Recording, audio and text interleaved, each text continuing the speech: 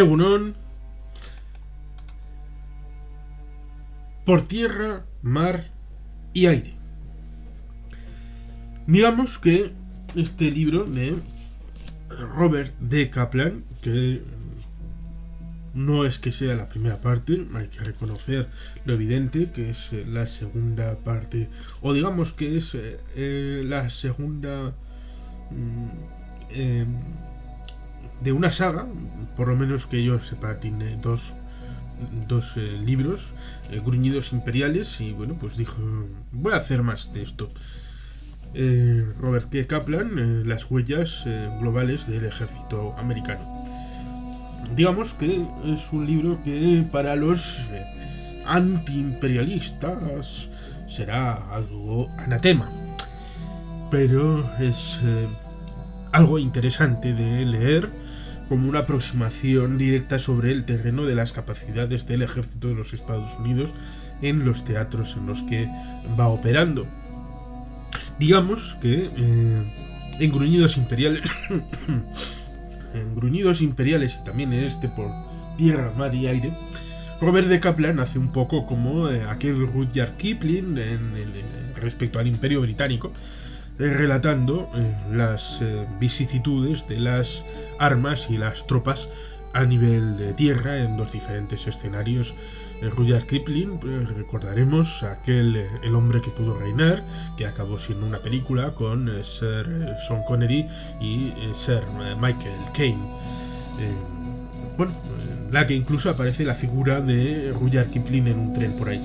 Bueno, pues el asunto está en el que se le acusó entonces de ser una apologeta del Imperio Británico y en cierta manera, pues al ser un apóstol de los beneficios que ofrecía el Imperio Británico en la capilaridad de sus tropas, pues puede ser verdad. Digamos también que los llamados antiimperialistas deberían entender que no puede ser uno antiimperialista contra el imperio angloamericano, el imperio británico entonces, el imperio estadounidense ahora, y estar a favor del imperio chino o el imperio soviético o el imperio ruso ahora o del imperio que sea, porque es un imperio blanco, es un imperio que es bondadoso y para toda la humanidad. No, a ver, los conceptos tienen que estar claros y si el imperialismo es malo, será todo el imperialismo y sea cualquiera el que interprete esos principios en cualquier circunstancia y vicisitud, porque si no uno será un hipócrita. Bueno, pues el asunto está ahí, en el que tenemos que leer a todos y es, por tanto, imprescindible para comprender y empatizar con todas las realidades, conocer desde cerca lo que aporta el imperio a través de sus tropas en los diferentes escenarios. Y, por tanto, este libro de Robert Kaplan, en sus 500 páginas tranquilamente, en los que habla de los diferentes escenarios. Por ejemplo, el primer capítulo, los fusileros africanos de América, con un pelotón de marines Sahel africano, verano de 2004. Es un escenario interesante porque, pues ahí han confluido diferentes intereses. Por ejemplo, los intereses de una zona que era fundamentalmente francesa, desde pues seguramente podemos poner antes del año 1885, pero ese es el año de la conferencia de Berlín. Por lo tanto, a partir de ahí hasta la Segunda Guerra Mundial y un poquito después, era una zona de influencia francesa, incluso ahora con el franco CFA, incluso cuando el franco aún ya no existe, aunque ahora se está negociando un cambio acerca de las monedas y todo aquello. Y ahí está, por ejemplo, los mal llamados bereberes, los tamazig, los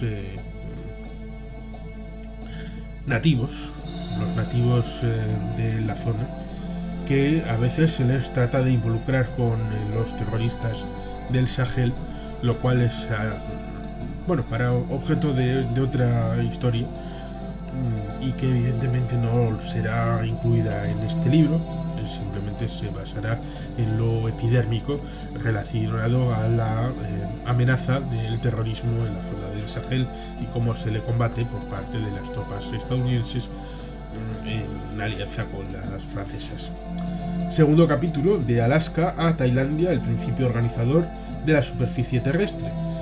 Es decir, el Océano Pacífico, otoño de 2004, embarcado en los diferentes buques de guerra que tienen los Estados Unidos en el PACCOM, que es la zona de operaciones del Pacífico, porque el Pentágono distribuye el mundo con las diferentes zonas, EUCOM, la zona de Europa, AFRICOM, que en principio estaba en Alemania, pero igual se mueve a Rota, y otras diversas zonas o unidades para el mando operativo, pues ahí va por la zona de las islas en el Pacífico, el segundo capítulo.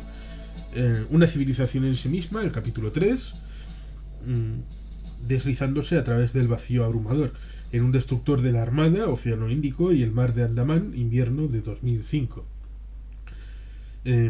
Capítulo 4, geeks con tatuajes, los hombres más motivados que he conocido nunca, en un submarino nuclear, Océano Pacífico Norte, primavera de 2005.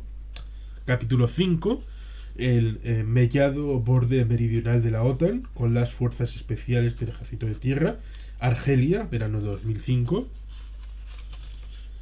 Capítulo 6, la regla Gurkha, Nepal, verano de 2005. Hay una cosa curiosa que hay que decir de los Gurkhas, y es que cuando se produce la independencia de India y Pakistán, vamos, del antiguo Raj británico, del Indostán, las tropas se dividen. Y había el regimiento de Gurkhas, que estaba unificado para todo el imperio británico, se divide en tres partes. Hay una negociación en la que unos regimientos formarán parte del ejército británico, otros regimientos formarán parte del ejército de la India y otros, en menor medida, formarán parte del ejército de Nepal. Con lo cual, tenemos hoy día que se pueden seguir reclutando Gurkhas para los diferentes regimientos, dependiendo de los diferentes países a los que se destinaron aquellos originarios regimientos Gurkha. 7 mafias tribales con una brigada Striker del ejército de tierra, Irak, otoño de 2005. Capítulo 8, un avión de obreros fiables con un escuadrón A-10 de la Fuerza Aérea, Tailandia, invierno de 2006. Capítulo 9, Tombuctú, el Stonehenge soviético y la jungla escabrosa, Mali, Georgia, Filipinas y Colombia, invierno y primavera de 2006. Por tanto, aquí tenemos 4 escenarios. Es interesante. Mali, hemos citado que hubo la revuelta allí en Mali del Azawad, de la república que se independizó de tuaregs, en bereberes, de tamazighs, y que luego fue confundida con el terrorismo del Sahel. Georgia, que luego, posteriormente, al de 2 años, hubo aquella guerra que coincidió con los Juegos Olímpicos de Pekín, que básicamente era por la destrucción de la posibilidad de la conexión con oleoductos y gasoductos con Europa sin pasar con Rusia. Y Filipinas, hay un montón de elementos con aquel Frente Moro y otros elementos que hay por allí de desestabilización de la zona sur de Filipinas. Y Colombia, como todo el mundo sabe, el antiguo conflicto con las FARC, el ELN y los paramilitares y todo aquello. Capítulo 10, el gran planeador y el boomerang dentado con los pilotos de Predator y B-2 de la Fuerza Aérea, Las Vegas y Guam, primavera de 2006. Es interesante esa historia de que, en primer lugar, intentaron hacer un avión con reactor nuclear y, incluso cohete o misil nuclear con propulsión nuclear y no solamente con carga nuclear en la punta. Luego, como funcionó tan mal y no fue de nada un éxito, pues acabaron haciendo lo propio con eh, los submarinos con propulsión nuclear, lo cual es curioso porque una de las vertientes de las investigaciones en el régimen nazi en el Tercer Reich era tratar de hacer una reacción nuclear, tener una serie de reactores nucleares para su incorporación en los submarinos. Con lo cual la idea pues es un poco larga, y no solamente cuando llega el Nautilus a mediados de los años 50 y es el primer submarino nuclear que pasa por debajo del Ártico. Es el capítulo 11, la tiranía malsana, salida de la antigüedad, con las fuerzas de Estados Unidos, Corea, verano de 2006. Es, por tanto, ese último capítulo, antes del epílogo, hablando de Corea y el momento en el que pues, un par de decenas de miles de soldados todavía siguen allí custodiando una de las fronteras más tensas que hay en el mundo y que tienen su propia guerra fría entre Corea del Norte y Corea del Sur, aunque pues, ha habido sus más y sus menos de distensiones, pero siguen en el mismo punto y aunque probablemente no haya ninguna guerra, será por la propia disuasión de las Fuerzas Armadas de Corea del Sur y de los miembros de las Fuerzas Aéreas y Armadas de los Estados Unidos que siguen estando en la península de Corea, aparte de evidentemente toda esa frontera que en principio está desmilitarizada, pero por un lado tienen una serie de artillería que puede llegar a Seúl fácilmente y por el otro hay una serie de minas para que los ejércitos del norte no puedan desparramarse por el sur. Así pues, este libro es una opción interesante de lectura por tierra, mar y aire.